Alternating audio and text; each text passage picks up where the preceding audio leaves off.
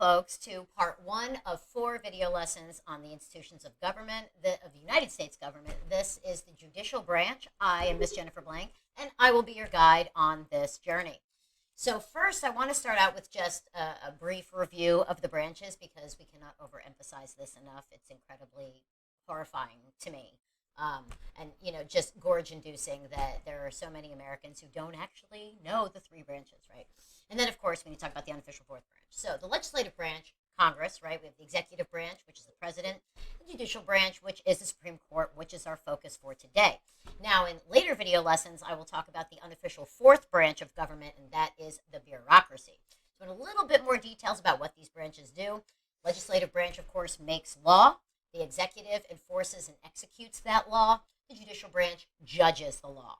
Now, the bureaucracy creates regulations that help enforce the laws based on instructions from the legislative and executive branches. Both the legislative and executive engage in a great deal of oversight of the bureaucracy. Some would argue there needs to be more oversight of the bureaucracy, but we'll talk about that when we get to that unit. Also, just to give you another breakdown, based on checks and balances and separation of powers, right? So the separation of powers concept involves this first level, right? Make law, enforce law, judges law, right? And then when you get into checks and balances, we have these next 2 layers of this flow chart that breaks down exactly how each branch can check and balance the other. Okay, so this is something important for the AP exam. You're going to need to have this committed to memory if you don't already have it committed to memory. And divided government, this is always fun. So divided government is when one political party controls either the legislative or the executive, and another political party controls the other. The judicial branch is supposed to be apolitical, i.e., it shouldn't be attached to a particular political party. It's supposed to be as neutral and objective as possible. Now, we know, humanity being what it is, that is not always the case, and at various points in our history, the composition of the court has leaned either liberal or conservative, or Democrat or Republican. The ideal setup is when you have a balance of those perspectives, so that all voices are heard, and the court comes to a conclusion that that respects not only the Constitution and existing law, but also their own ideologies. All right, so now let's get into judicial branch proper. We are looking today in this part 1. We are looking at the purpose of the courts, and we're taking a look at some key cases. We'll get more details about these key cases in class, but it's really, really important that you memorize the cases themselves, and also the key ideas that is attached to that case. So first of all, what is the purpose of the courts? Like, why have courts at all? Well, we need a way to resolve legal disputes, right? We beyond the survival of the fittest, or rather, might makes right? Whoever has, the biggest army wins the dispute. So this resolves disputes without open warfare, basically, right? So the courts are good times in that regard. Now, there are 2 types of law that we need to look at. There's criminal law and there's civil law. Now, criminal law is when you've committed a crime, murder, burglary, assault, right? Civil law is one individual against another, right? So this is individual citizens bringing lawsuits against each other. Criminal law is when the state prosecutes an individual for violating that law. So these are 2 layers. Civil penalties usually result in monetary awards. You can sue somebody because they violated your rights in some capacity, and you can get money from them or assets. Criminal law, you can serve prison time. So there are 2 different layers to this. Our focus is going to be on criminal law, but there will be some civil lawsuits that are so essential that we will cover them over the course of this unit. So now, one thing that kind of throws people a little bit is everyone assumes like an individual is like a human being. But in the context of the law, that's not actually always the case. A legal individual can be an individual, and is in fact an individual, but it could be a business, a corporation, even a government agency. So in the context of the courts, a legal individual is not simply a human being. It's important to remember that. Now, let's get into some key Supreme Court cases. I'm going to have a sip of coffee to prepare myself. So, Marbury v. Madison, which we're going to talk about in a little bit more detail a couple of slides from now, this established judicial review. In your mind, Marbury v. Madison, judicial review. Marbury v. Madison, judicial review. Okay, important case. This Supreme Court case makes all other Supreme Court cases possible. Okay, McCulloch v. Maryland, in the same era, right around the early 1800s. This case established the supremacy of the U.S. Constitution and federal law over state law. Okay, and this is key because for a while the states were trying to get away with whatever they could and not having to follow federal law and the U.S. Constitution. They put their state constitutions and state laws above that, and the Supreme Court case settled that debate with the U.S. Constitution and federal law being supreme to states. Okay, Plessy v. Ferguson is another important case. It's a horrible, horrible, horrible case, but we need to know it, right? So Plessy v. Ferguson upheld the idea of separate but equal doctrine, the idea that racial segregation was legal as long as the different facilities and resources were equal, but they could be kept separate.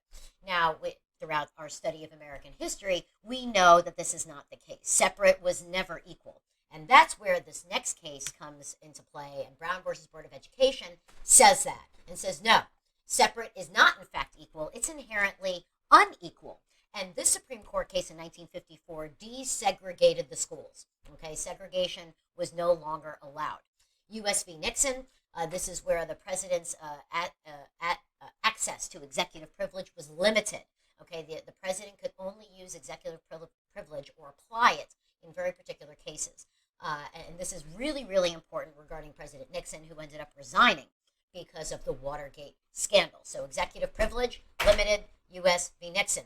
Roe v. Wade guarantees the right to an abortion. Now, in the era that we're currently in, this right is up for debate. The Supreme Court currently in 2022 is taking up several cases regarding abortion, and in June of 2022, it is entirely possible we could see a change in precedent here. But as of right now, Roe v. Wade is the law of the land, and women are guaranteed a right to an abortion.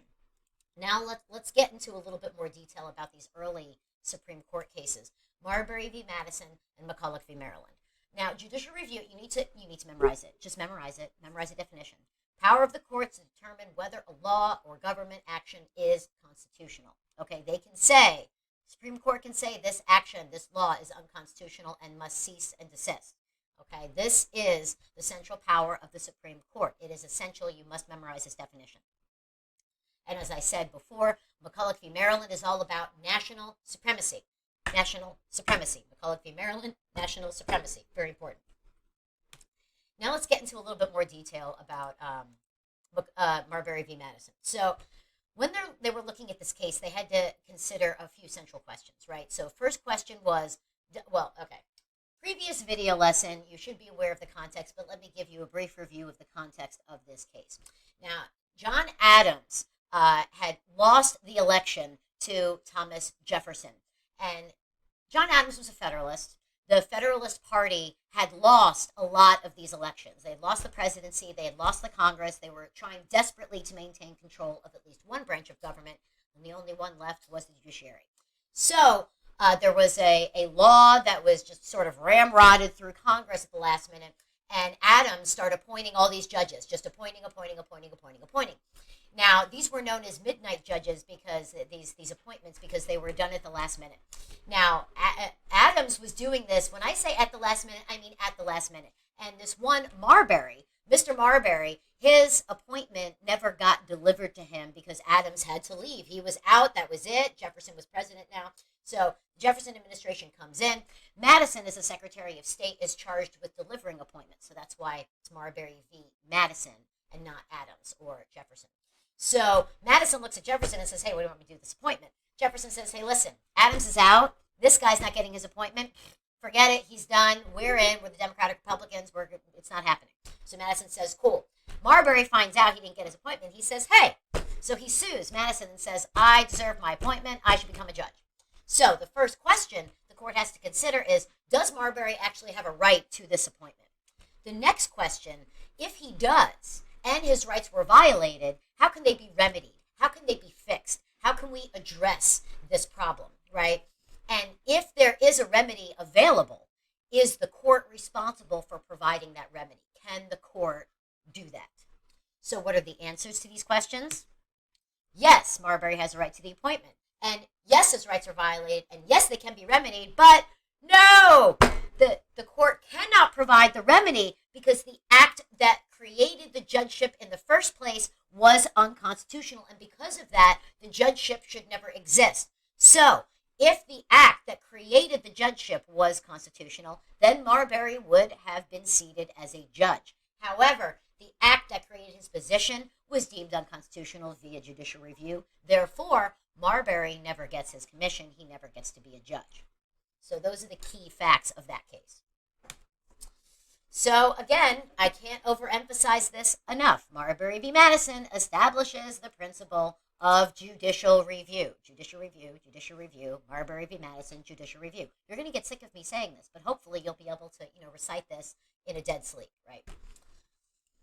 Okay, that is the end of part 1, folks. I will see you in part 2 in the next video.